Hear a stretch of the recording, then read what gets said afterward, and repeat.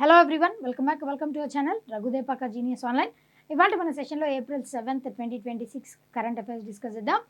Okay, before entering into our session, ఇవాళ సెషన్లో ఉన్నటువంటి మేజర్ ఇంపార్టెంట్ కరెంట్ అఫైర్స్ ఏంటి అని అంటే జనగణన 2027, సెన్సెస్ 2027.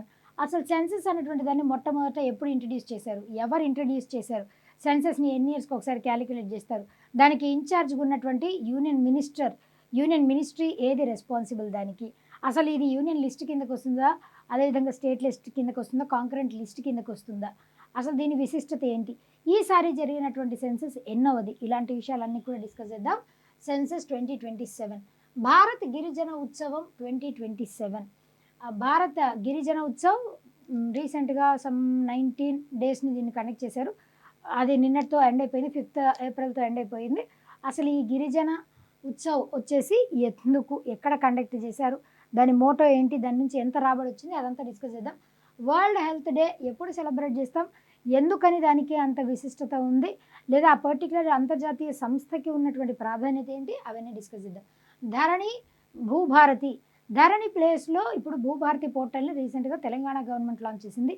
ఎందుకు ధరణి ప్లేస్లో భూభారతి పోర్టల్ని లాంచ్ చేయాల్సి వచ్చింది, అది డిస్కస్ చేద్దాం. అవన్నీ కూడా డిస్కస్ చేద్దామండి. Okay, before entering into our session, మీలో ఎవరైనా తెలంగాణ ఎస్ఐ కానిస్టేబుల్ ఎగ్జామ్స్కి ప్రిపేర్ అవుతున్న అభ్యర్థులు ఉంటే మీ అందరి కోసం అని చెప్పేసి ఆన్లైన్ టెస్ట్ సిరీస్ని మన రఘుదేపాక జీనియస్ ఆన్లైన్ మన యాప్ ద్వారా లాంచ్ చేస్తున్నామండి. కాబట్టి ఎవరైతే ప్రిపేర్ అవుతున్న అభ్యర్థులు ఉన్నారో వాళ్ళందరూ జస్ట్ 299 రూపాయలకి మాత్రమే అందించేటువంటి ఈ టెస్ట్ సిరీస్ని మీరు అవైల్ చేసుకోవచ్చు. దీంట్లో టోటల్గా 240+ టెస్టులు ఉంటాయి, 10,000+ క్వశ్చన్స్ ఉంటాయి. దీంట్లో సబ్జెక్ట్ వైజ్, టాపిక్ వైజ్ టెస్ట్లు అనేటువంటివి కండక్ట్ చేస్తారు. దీనితో పాటు ఆ టెస్ట్ అయిపోయిన తర్వాత వీడియో ఎక్స్ప్లెనేషన్స్ కూడా మేము మీకు అందజేస్తాము. వీడియో వివరణ కూడా కలదు. కాబట్టి ఇది ఎవరికైతే కావాలో వాళ్ళందరూ కూడా ప్లే స్టోర్కి వెళ్ళి మన రఘుదేపాక జీనియస్ ఆన్లైన్ యాప్ని డౌన్లోడ్ చేసుకోండి. డౌన్లోడ్ చేసుకున్న తర్వాత మీకు ఏ టెస్ట్ సిరీస్ అయితే కావాలో ఆ టెస్ట్ సిరీస్, లేదా ఏదైనా కోర్స్ పర్చేస్ చేయాలని అంటే ఆ కోర్స్ కావాల్సినటువంటి దాన్ని పర్చేస్ చేసి మీ ప్రిపరేషన్ అనేటువంటిది కొనసాగించవచ్చు. ఓకేనా, right. First one, C Sudarshan Patnaik appointed brand ambassador for census 2027.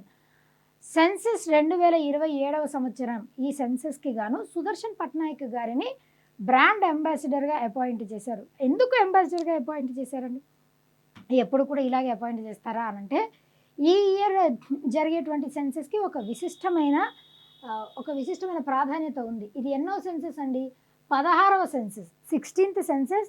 And ఈ ఇయర్ సెన్సెస్ యొక్క స్పెషాలిటీ ఏంటి అని అంటే, ఈ సెన్సెస్ యొక్క స్పెషాలిటీ మొట్టమొదటి digital census and hybrid census. Digital అంటే ఏంటి, కంప్లీట్లీ ఆన్లైన్. హైబ్రిడ్ అంటే ఏంటి, ఆన్లైన్తో పాటు ఆఫ్లైన్లో కూడా సర్వే చేసి రిపోర్ట్ని సబ్మిట్ చేస్తారు. మొట్టమొదటి డిజిటల్ మరియు హైబ్రిడ్ సెన్సెస్, ఆన్లైన్ ఆఫ్లైన్ రెండు సర్వీసెస్ని యూజ్ చేసుకొని సెన్సెస్ అన్నటువంటి దాన్ని కండక్ట్ చేస్తారు. ఇప్పుడు సెన్సెస్ గురించినటువంటి బ్యాక్డ్రాప్ చెప్తాను. దానికంటే ముందు సుదర్శన్ పట్నాయక్ గారు, ఈయన వచ్చేసి ఎవరండి, he is from the state Odisha. ఈయన శాండ్ ఆర్టిస్ట్. సుదర్శన్ పట్నాయక్ గారు ఇట్లా శాండ్ ఆర్టిస్ట్గా 2014లో ఇట్లా డిఫరెంట్ శాండ్ ఆర్టిస్ట్ అంటే పూరి బీచ్ ఉంది కదా, పూరి ఒడిశాలో, అక్కడ ఆ బీచ్లో శాండ్, ఇసుకని యూజ్ చేసి కొన్ని మీటర్స్ టాల్ ఉన్నటువంటి ఒక ఆర్ట్ని ఆయన డెలివర్ చేయడం వల్ల గిన్నిస్ బుక్ ఆఫ్ వరల్డ్ రికార్డ్స్లో కూడా చోటును సాధించారు. 2014 సంవత్సరంలో ఈయనకి పద్మశ్రీ అవార్డు కూడా లభించింది. గిన్నిస్ బుక్ ఆఫ్ వరల్డ్ రికార్డ్స్లో కూడా చోటుని సాధించారు. 48 feet 8 inches 48 feet 8 inches tall ఉన్నటువంటి ఒక శాండ్ ఆర్ట్ని ఈయన కట్టించడం వల్ల, అంటే అవేర్నెస్ని క్రియేట్ చేయడానికి. అదేవిధంగా COVID-19 వచ్చినప్పుడు COVID-19 గురించి, స్పోర్ట్స్ గురించి వచ్చినప్పుడు స్పోర్ట్స్, ఏదైనా ఫెస్టివల్ గురించి వచ్చినప్పుడు ఫెస్టివల్స్, ఇట్లా రకరకాలుగా ఆయన ఆర్ట్ని యూజ్ చేసి, ఒక మాధ్యమంగా యూజ్ చేసి అవేర్నెస్ని ప్రజల్లో, ఓహో ఈ పర్టికులర్ ఫెస్టివల్ జరుగుతుందా, దీనివల్ల ఇంత ఇబ్బంది పడుతున్నారా, దీనివల్ల ఇంత పురోగతి లభించిందా అని అవేర్నెస్ని క్రియేట్ చేయడానికి ఆయన శాండ్ ఆర్ట్ని మాధ్యమంలాగా యూజ్ చేసుకుంటూ ఉంటారు. ఆయన్ని అంబాసిడర్గా ఎందుకు అపాయింట్ చేశారు అని అంటే, ఇప్పుడు వచ్చేటువంటి సెన్సెస్ మొట్టమొదటి డిజిటల్ సెన్సెస్ మరియు హైబ్రిడ్ సెన్సెస్ కదా, ఆ సెన్సెస్ గురించి ప్రజలకి అవగాహన కల్పించడానికే, దానికోసం అని చెప్పేసి దీన్ని లాంచ్ చేశారు. ఇప్పుడు డిజిటల్ సెన్సెస్ అన్నారు కదా, ప్రజలతో పనేముంది, అలా ఏం లేదండి. డిజిటల్ సెన్సస్, హైబ్రిడ్ సెన్సస్ అన్నారు కాబట్టి ప్రజలతో ఖచ్చితంగా పని ఉంటుంది. ఎందుకు?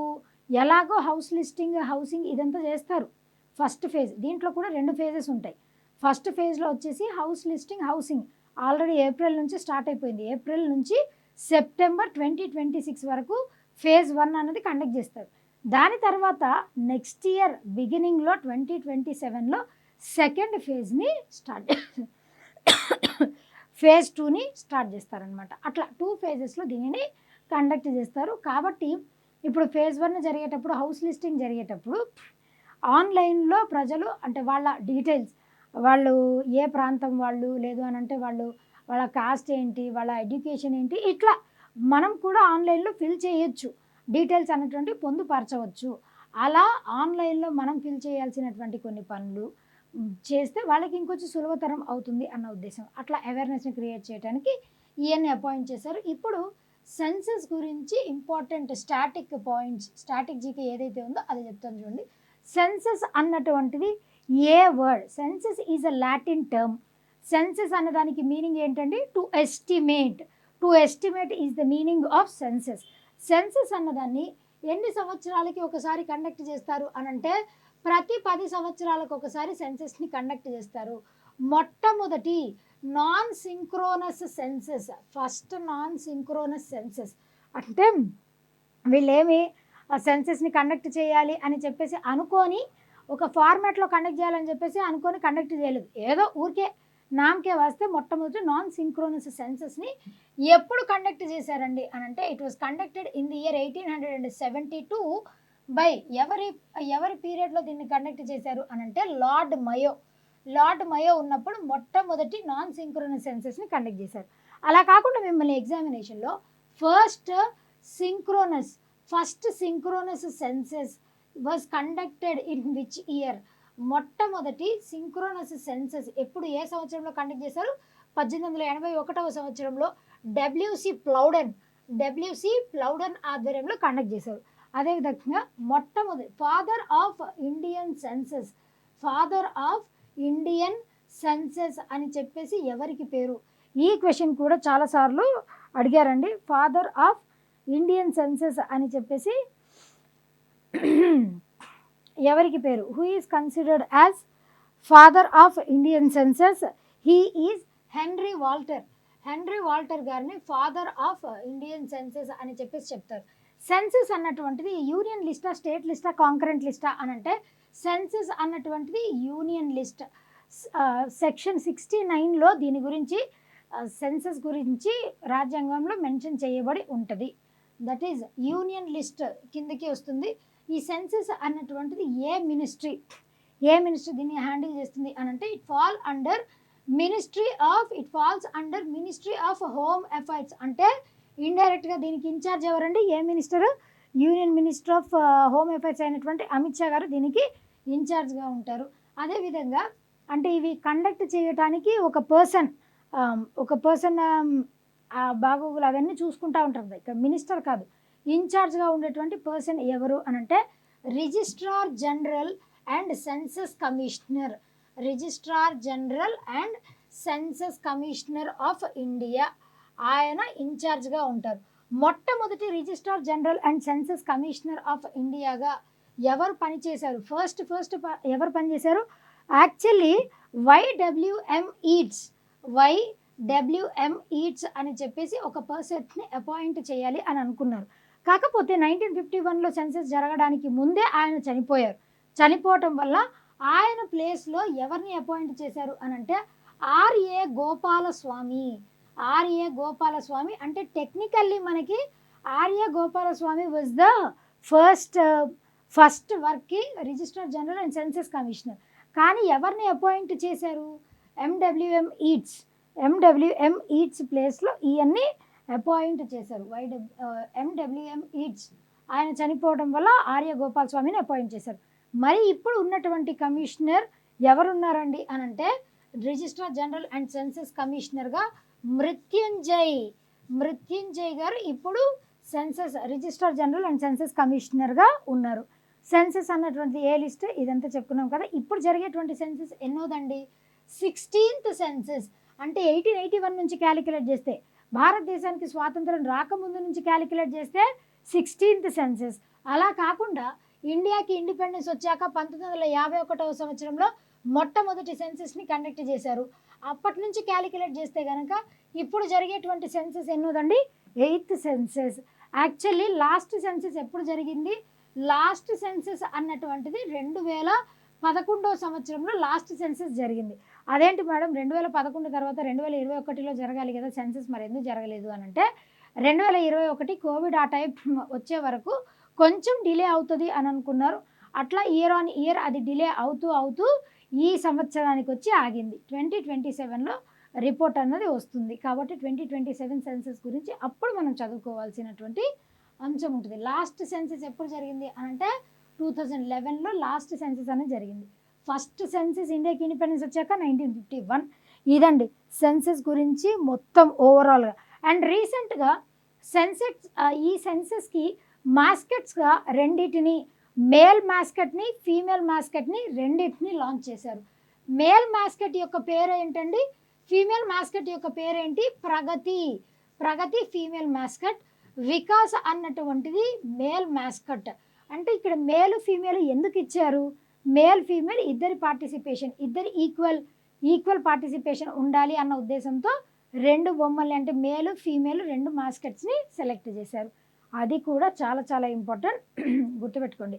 ఏ మినిస్ట్రీ కిందకు వస్తుంది, ఇది ఎన్నవ సెన్సెస్, ఇది ఏ లిస్ట్ కిందకు వస్తుంది, అసలు ఇది ఏ టర్మ్, ఫస్ట్ ఎప్పుడు కండక్ట్ చేశారు, ఫాదర్ ఆఫ్ సెన్సెస్ అని ఎవరిని అంటారు, అండ్ ఇప్పుడు రిజిస్ట్రార్ జనరల్గా ఎవరున్నారు. దిస్ ఈజ్ హోల్ అండ్ సోల్గా this is all about census అండి అట్ ఏ గ్లాన్స్. ఇప్పుడు బ్రాండ్ అంబాసిడర్గా ఇప్పుడు సెన్సెస్కి అంబాసిడర్గా ఎవరిని అపాయింట్ చేశారు, శాండ్ ఆర్టిస్ట్ అయినటువంటి సుదర్శన్ పట్నాయక్ గారు ఫ్రమ్ ఒడిషా, ఆయన్ని అపాయింట్ చేశారు. He is from Odisha. Padmashri 2014 సంవత్సరంలో లభించింది. Famous for sand art, promoting social awareness, climate change, health దృష్ట్యా ఇవన్నీ అపాయింట్ చేశారు. ఓకేనా, ఇట్లా ఈయన అవేర్నెస్ క్రియేట్ చేస్తూ ఉంటారు. కాబట్టి ఈ సెన్సెస్ గురించి కూడా అవేర్నెస్ని క్రియేట్ చేస్తారు అన్న ఉద్దేశంతో ఈయన్ని అపాయింట్ చేశారనమాట, అంతే. ఓకే, మొట్టమొదటి డిజిటల్ సెన్సెస్ ఇదంతా కూడా ఇప్పటి వరకు నేను చెప్పాను. 2 ఫేజెస్లో కండక్ట్ చేస్తారు. హౌస్ లిస్టింగ్ ఫేజ్ వచ్చేసి ఏప్రిల్ నుంచి September 2026, population enumeration February 2027. Okay, next Bharat tribes festival 2026. Bharat tribes festival 2026ని ఎప్పటి నుంచి ఎప్పటి వరకు దీన్ని కండక్ట్ చేశారు అని అంటే it is organised by ministry of tribal affairs. వాళ్ళు దీన్ని ఆర్గనైజ్ చేశారు in association with tribal federation అన్న సంస్థ ఉంటుంది కదా, వీళ్ళిద్దరి సహాయంతో దీన్ని న్యూఢిల్లీలో దీన్ని ఆర్గనైజ్ చేశారండి. ఎప్పటి నుంచి ఎప్పటి వరకు అని అంటే మార్చ్ 18th నుంచి ఏప్రిల్ 5th వరకు టోటల్గా 19 days దీనిని కండక్ట్ చేశారు. ఎక్కడ ఏ ప్రాంతంలో అని అంటే న్యూఢిల్లీలో కండక్ట్ చేశారు. ఈ ట్రైబల్ ఫెస్టివల్ ఏదైతే జరిగిందో ఆ ట్రైబల్ ఫెస్టివల్లో డిఫరెంట్ స్టేట్స్ నుంచి, ఆల్ అక్రాస్ ఇండియా నుంచి, డిఫరెంట్ స్టేట్స్ నుంచి ట్రైబల్స్ వాళ్ళ యొక్క వస్తువుల్ని ఎగ్జిబిట్ చేయటం, ఆర్ట్స్ని, ఆర్టిఫాక్ట్స్ని, వాళ్ళ స్కిల్స్ని, వాళ్ళ ఫుడ్ అని వీటన్నిటిని ఎగ్జిబిట్ చేసి స్టాల్స్ని ఇన్స్టాల్ చేసి ఆ స్టాల్స్ ద్వారా వాళ్ళ ప్రొడక్ట్స్ ఏవైతే ఉన్నాయో వాటిని అమ్మేటువంటి ప్రక్రియని కనబరిచారు. అండ్ దీంట్లో వాళ్ళు సేల్ చేయటం వల్ల ఎంత ఆదాయం, ఎంత రాబడి వచ్చిందండి అని అంటే టోటల్గా 4.5 crores, 4.5 కోట్ల రూపాయలు, 4.5 crores రూపీస్ ఆదాయం లభించింది. వాళ్ళ ప్రోడక్ట్స్ని అమ్మడం వల్ల 4.5 crores ఆదాయం అన్నది లభించింది. Bharat tribes pest 2026 organised by ministry of tribal affairs in association with TRIFED. ఎక్కడ దీన్ని కండక్ట్ చేశారు, సుందర్ నర్సరీ న్యూఢిల్లీలో దీన్ని కండక్ట్ చేశారు. ఎన్ని డేస్ అని టోటల్గా 19 days. Tribal culture, crafts and enterprise దాని గురించి ఈ ప్లాట్ఫామ్ అన్నటువంటి it is for artisan, social self help groups, అదేవిధంగా ఈ వంధన్ వికాస్ కేంద్రాస్ అని చెప్పేసి వాటిని కూడా లాంచ్ చేశారు.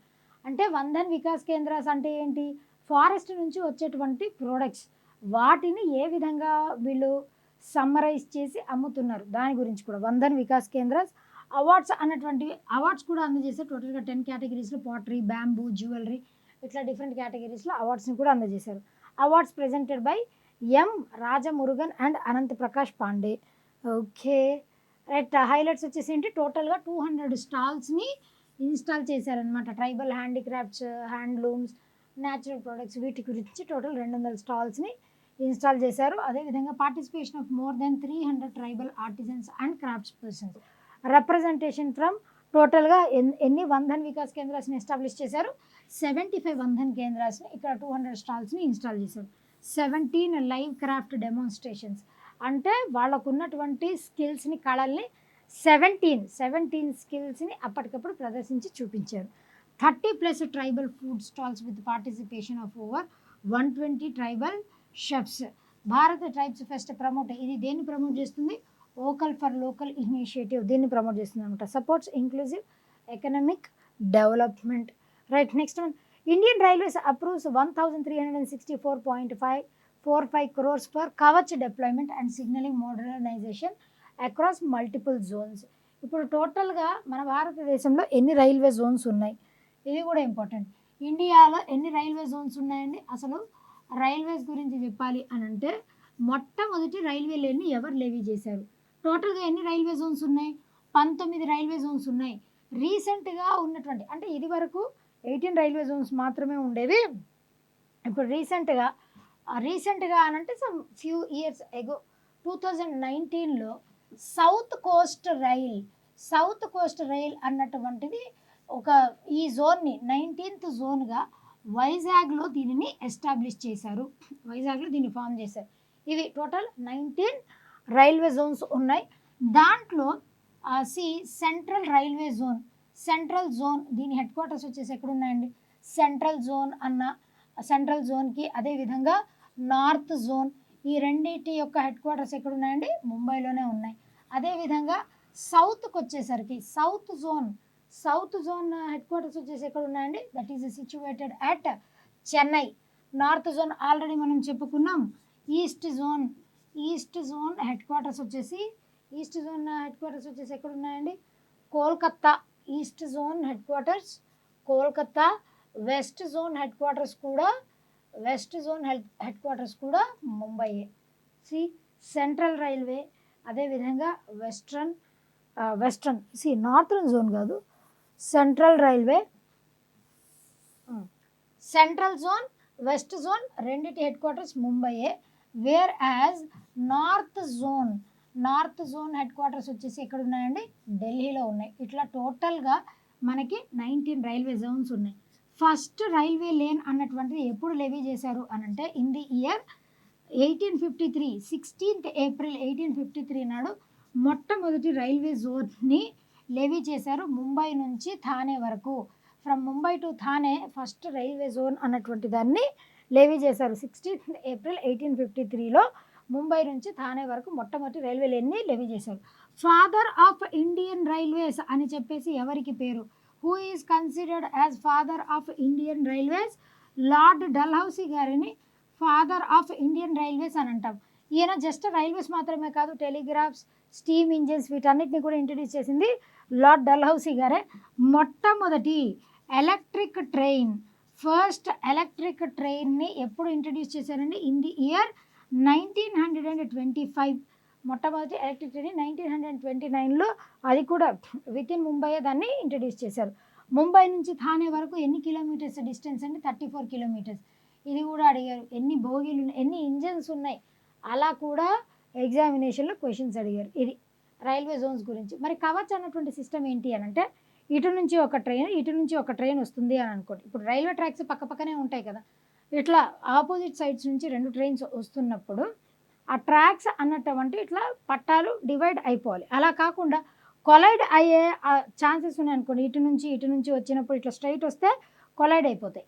అలా కొలైడ్ అవ్వకుండా ఉండాలి అని అంటే, అట్లా ఎదురెదురుగా వచ్చి కొలైడ్ అయ్యే అవకాశం ఎక్కడన్నా ఉంది అని అన్నప్పుడు కవచ్ అన్న సిస్టమ్, అది ఒక సాఫ్ట్వేర్ సిస్టమ్ అనమాట. ఇమీడియట్గా సిగ్నల్స్ని పాస్ చేస్తుంది. ఇట్లా ఈ డైరెక్షన్లో సేమ్ డైరెక్షన్లో వస్తే మాత్రము కొలైడ్ అయ్యే అవకాశం ఉంది అని సిగ్నల్ని అందచేయటం వల్ల ఇమీడియట్గా యాక్టివేట్ అయిపోయి కవచ్ అన్నది యాక్టివ్ అయిపోతుంది. ఆ కొలైడ్ అవ్వకుండా ఇలా వెళ్ళిపోతాయి అన్నమాట trains. That is Kavach system. ఆ కవచ్ సిస్టము కొన్ని రైల్వే జోన్స్లో ఇంట్రడ్యూస్ చెయ్యకనే చాలా యాక్సిడెంట్స్ జరిగి చాలామంది ట్రైన్ యాక్సిడెంట్స్ జరగడం వల్ల చాలా ప్రాణ నష్టం అన్నటువంటిది జరిగింది. అందుకే ఇప్పుడు ఈ కవచ్ సిస్టమ్ అన్నటువంటి దాన్ని ఇంట్రడ్యూస్ చేస్తున్నారనమాట. Indian railways approved projects worth 1364.45 crores. Kavach అన్నటువంటిది ఏంటి? ట్రైన్ కొలిషన్ అవాయిడెన్స్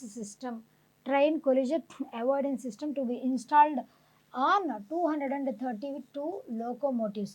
సదరన్ రైల్వేలో దీన్ని ఇంట్రడ్యూస్ చేశారు. దీని కాస్ట్ వచ్చేసి ఎంత అని అంటే 208.81 crores. That is the cost of this Kavach system. దీంట్లో ఎల్టీఈ కమ్యూనికేషన్ దీన్ని యూజ్ చేస్తారనమాట నార్దర్న్ రైల్వేస్లో. దీంట్లో కూడా అంబాలా, ఢిల్లీ, లక్నో ఈ డివిజన్స్ కవర్ అవుతాయి.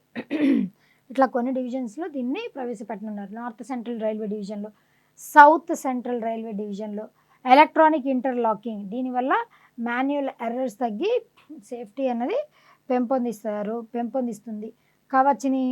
కవచ్ని ఇంట్రడ్యూస్ చేయడం వల్ల ఇట్ ప్రివెంట్స్ ట్రైన్ కొలిజన్స్ అనేవి ప్రివెంట్ అవుతాయి యూజింగ్ రియల్ టైమ్ కమ్యూనికేషన్. అప్పటికప్పుడు ఇట్లా ట్రైన్స్ కొలైడ్ అయ్యే అవకాశం ఉంది అని చెప్పిన వెంటనే ఆ కమ్యూనికేషన్ ద్వారానే కదా ఈ ట్రైన్ కొలిజన్స్ అనేవి ఆగిపోయేవి. It supports Atmanirbhar Bharat and railway modernisation. Right, next one. US sprint star Richardson wins Australia's Stawell gift. ఈ స్టావెల్ గిఫ్ట్ అన్నటువంటిది ఒక విశిష్టమైన థింగ్ అండి, ఒక పెక్యులర్ థింగ్ ఉంటుంది దీని గురించి. ఏంటి అని అంటే this is a racing event. ఈ రేసింగ్ ఈవెంట్లో టోటల్గా 120 మీటర్స్ పరిగెత్తాల్సి ఉంటుంది. 120 మీటర్స్ రేసింగ్ ఈవెంట్. ఈ రేసింగ్ ఈవెంట్లో ఉన్నటువంటి స్పెషాలిటీ ఏంటి అంటే, ఇప్పుడు నార్మల్గా రేసింగ్ ఈవెంట్ అంటే ఏంటి, అందరూ ఒకసారి స్టార్ట్ అయ్యి ఎవరైతే అనుకున్నటువంటి ఆ గోల్ ఇచ్చినటువంటి గోల్ లేదా డెస్టినేషన్ ఉంటుందో ఎవరు ఫాస్ట్గా అందరికంటే ముందుగా రీచ్ అవుతారో వాళ్ళే విన్నర్. అంతే కదా, విన్నర్ రన్నర్ అప్ అట్లా ఉంటాయి. కానీ ఇక్కడ ఈ ఆస్ట్రేలియాకి చెందినటువంటి స్టావెల్ గిఫ్ట్ అన్నటువంటి ఈ రేసింగ్ ఈవెంట్లో స్పెషాలిటీ ఏంటి అని అంటే, ఇప్పుడు నా కెపాసిటీకి తగ్గట్టు నేను కొంచెం ముందన్న స్టార్ట్ చేయొచ్చు, వెనకాలన్నా స్టార్ట్ చేయొచ్చు, ఎప్పుడైనా స్టార్ట్ చేయొచ్చు అనమాట. ఒక్కొక్కళ్ళకి రేసింగ్ టైం అన్నటువంటి వాళ్ళు ఎప్పుడైనా స్టార్ట్ చేయనివ్వండి, కానీ ఎంత తక్కువ టైంలో రీచ్ అయ్యారు వాళ్ళు అనుకున్నటువంటి గోల్, దాన్ని బేస్ చేసుకుని ఈ గిఫ్ట్ని ఇస్తారు. స్క్రాచ్ నుంచి స్టార్ట్ చేయొచ్చు, హెడ్ స్టార్ట్ కూడా చేయవచ్చు, అది వాళ్ళ ఇష్టం అనమాట. బికాజ్ ఒక్కొక్కళ్ళ క్యాలిబర్ని బేస్ చేసుకొని ఒక్కొక్కళ్ళు ఒక్కొక్క సమయంలో వాళ్ళ రేస్ని కండక్ట్ స్టార్ట్ చేయొచ్చు. That is the speciality of this Australia's Stawell gift. ఇదేనండి పెక్యులియర్ ఫీచర్. వేరే రేసింగ్ ఈవెంట్స్కి దానికి ఉన్నటువంటి తేడా ఏంటి అని అంటే ఇదే. అయితే ఈవెంట్ స్టావెల్ గిఫ్ట్ దీన్ని ఎక్కడ కండక్ట్ చేస్తారు? ఎవ్రీ ఇయర్ సెంట్రల్ పార్క్ స్టావెల్ ఎక్కడండి? ఆస్ట్రేలియాలో దీన్ని కండక్ట్ చేస్తారు. 120 metres.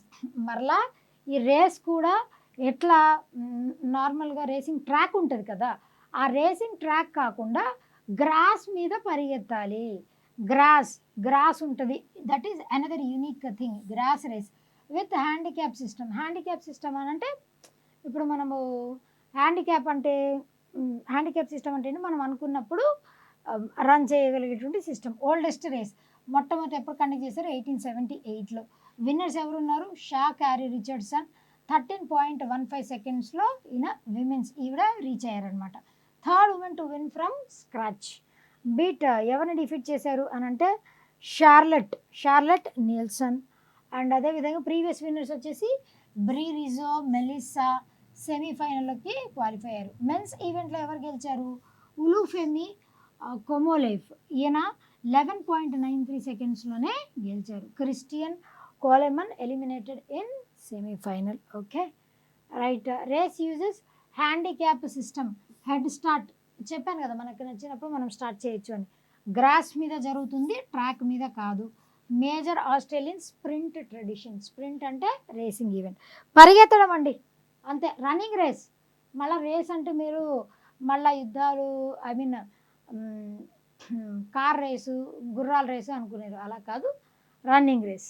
Next, 7 railway station shifted to south coast railway zone in Visakhapatnam. ఇందాక చెప్పుకున్నాం కదా, south coast railway zone Vizag. This is the 19th railway zone in India. 2019లో దీన్ని 19th రైల్వే జోన్ లాగా ఇంట్రడ్యూస్ చేశారు, సౌత్ కోస్ట్ రైల్వే జోన్. దాంట్లో 7 railway స్టేషన్స్ని shift చేశారు.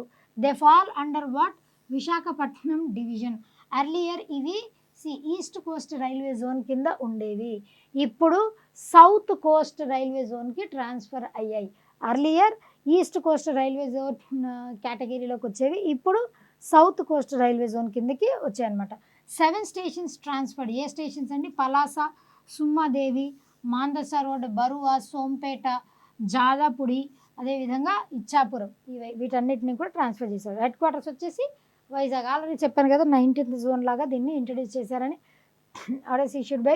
దీనివల్ల ఏంటి అని అంటే శ్రీకాకుళం డిస్ట్రిక్ట్ అండ్ ఫార్మర్స్ వాళ్ళకి ఆ రైల్వే లేన్ వల్ల జోన్లో కలిపేయడం వల్ల ఆ కనెక్టివిటీ అనేది పెంపొందుతుంది కదా, అది right. Next one, Telangana launches Bhubharati portal replaces Dharani. Dharani ప్లేస్లో భూభారతి అన్నటువంటి దాన్ని ఇంట్రడ్యూస్ చేశారు. ఎందుకు? ల్యాండ్ రికార్డ్స్ మెయింటైన్ చేయడానికి. ల్యాండ్ రికార్డ్స్ మెయింటైన్ చేయడం అంటే ఏంటండి?